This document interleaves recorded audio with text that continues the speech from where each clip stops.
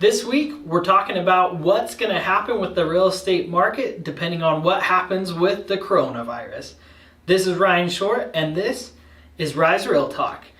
So, things are kind of crazy right now, and a lot of the questions that I'm getting from people is all about the market, what's going to happen, what's not going to happen.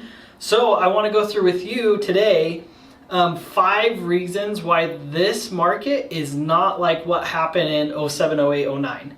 But I'm also going to share 1 or 2 reasons why it could end up being like 07, 08, 09 or the housing bubble. So to give some background, I'm not going to go through a regular market update this week because everything is about the market today. So let's talk. Right now, lots of agents or lots of people are saying either the market is great time to buy, great time to sell, everything's no problem, everything's normal. That's mostly true, but then there's also the people that are saying everything's going to fall apart in a few months, so you should wait and buy in a few months when everything falls apart, or in a year, or whatever happens. So I'm going to go through with you and share with you why or why not those things could happen. So in order to try to figure out what's going on, it's always best to look back at history compared to the current circumstance and then make the best educated guess we can about what's going to happen. That's what economists always do. That's what people that look at the housing market always do. So I'm going to be depending a lot on them, and a lot of the information I'll be sharing, a lot of the statistics comes from Keeping Current Matters, Black Knight, and a couple other sources such as that. So first, let's compare what happened in 07, 08, 09 during the big market bubble when everything fell apart. So during that time period, super easy to get a loan, a mortgage. There was a lot of mortgage fraud in general going on, and housing prices were skyrocketing. At the same time, what happened was there was an actual economic recession because of all of the different financial things that were occurring during that time. So all of a sudden, jobs were starting to get lost. People's actual salaries were getting lower and lower as a median, and home prices had stayed so high that now all of a sudden people can afford their houses. Lots of foreclosures went on the market. Means those houses started selling for well below their value, which then ended up to more and more houses now around them selling for less than what they normally could have, because there's comparable sales showing that during the foreclosure process they sold for way less than what everything else was. So I don't think that's a great comparison to look at, because our current economic recession that's probably going to occur over the next couple months isn't due to some internal circumstance. It's due to an external circumstance, which is most similar to what happened during the .com and 9/11 market crash. So during that time period is actually pretty similar today. After 9/11, people were afraid to go out in public. They were afraid to be in large groups. They were afraid to go in airplanes or stay at hotels or resorts. And so lots of the things that are happening right now with the coronavirus of people not wanting to get sick or infect others was happening at the same time of, they were, in a way, we were practicing social distancing out of fear of another terrorist attack. And all these external circumstances were affecting the financial market, not something actually from within the economy. That's just what's happening right now with the coronavirus. It's not something wrong with our jobs. Jobs were soaring. The market was doing super well. There was jobs growing. Everything was doing super well until this came along, an external force that has now caused to jobs being lost, businesses having to shut down, people not going out in public, people aren't buying as much and spending their money as much. And so this external force has caused the same thing. So let's look what happened during the .com and 9/11 crash. So this was like 2000, 2001, 2002.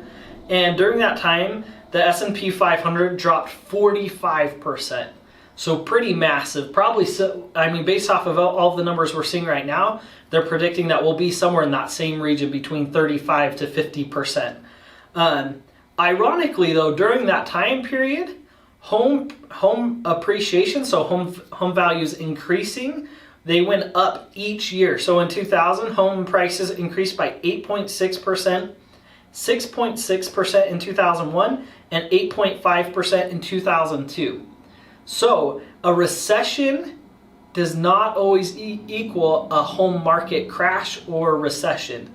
So an economic recession does not directly lead to a recession in the housing market.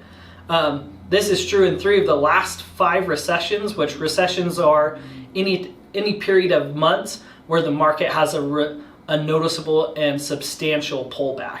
And so we're seeing that 3 out of the 5 times in a recession, the homing market actually appreciates. Now, I think this is great to compare to for our situation because it's an external force. And so, but don't take my word for it because I'm obviously not a genius. I don't study the markets as well. I don't study all the economic markets. I don't understand how the stock market's going to act and perform in the future.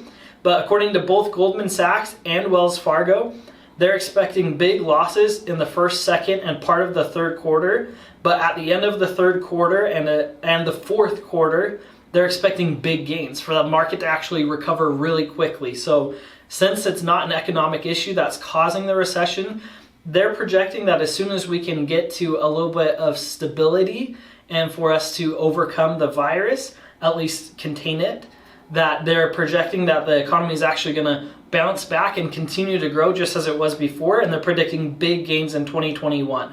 So if you take information from Goldman Sachs and Wells Fargo and then look at history and compare it to the dot-com and 9/11 crash, we're not projecting to have the real estate market fall apart on us. Now let me go through 5 reasons of the background of why that's true, and I'll also share with you a couple things that have me concerned about what could change the market.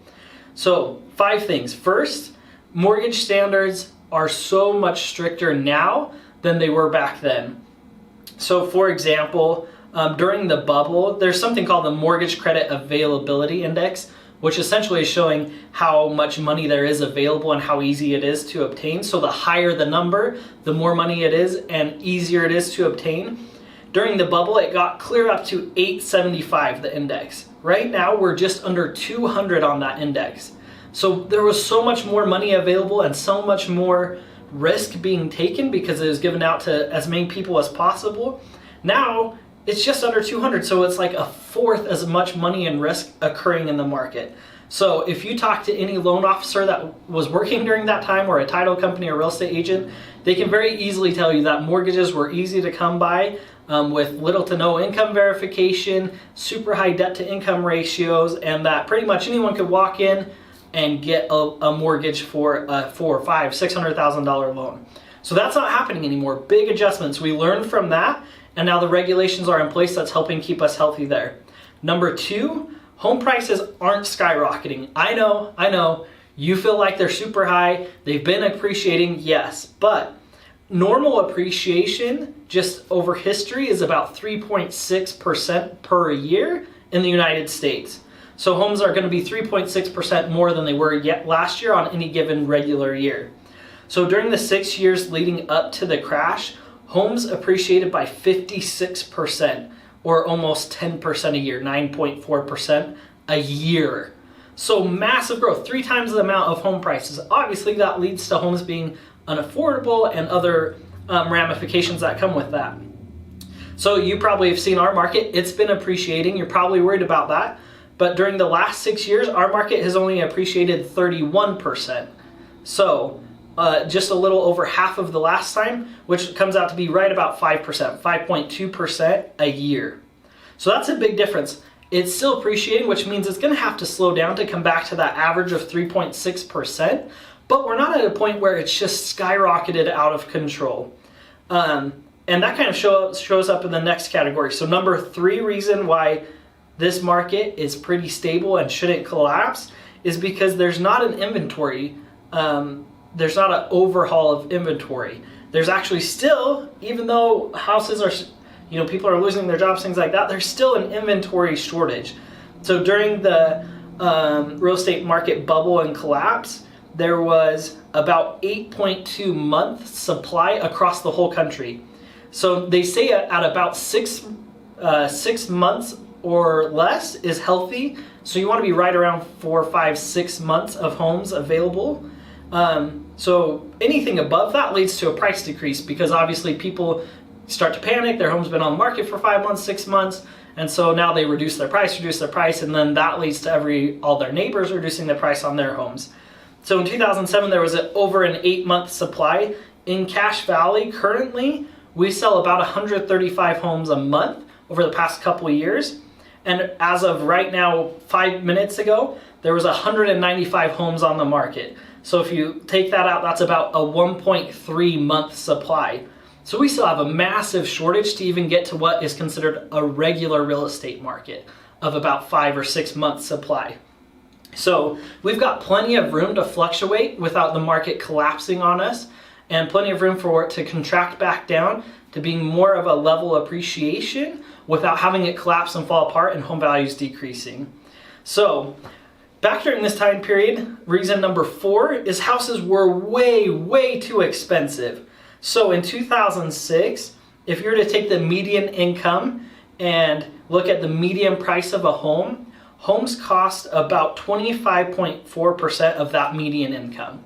So that's massive. So if you look at your actual average mortgage and take that payment and divide it into the average median income during that time period, it was taking up a fourth of every paycheck. So now if you look today, it's only at 15.5%. So I know houses are more expensive, but incomes have increased, salaries have increased, and so even though the market has gotten more expensive in Cache Valley, it's still way less than the last market bubble and following collapse.